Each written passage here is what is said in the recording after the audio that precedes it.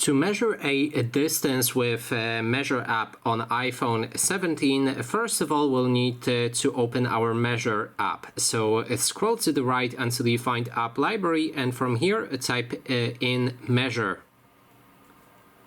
Click on it, and that way you'll be able to measure the specific centimeters, or you can also use the leveler if you like. So now we're gonna go for a measure. We need to pick up our phone and then use its camera to measure any object. So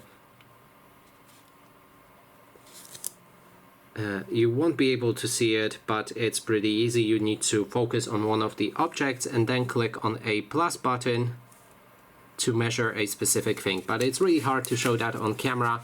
I think you will get hang of it when you use your phone to measure any object from a distance. So that is basically everything. Thanks so much for watching.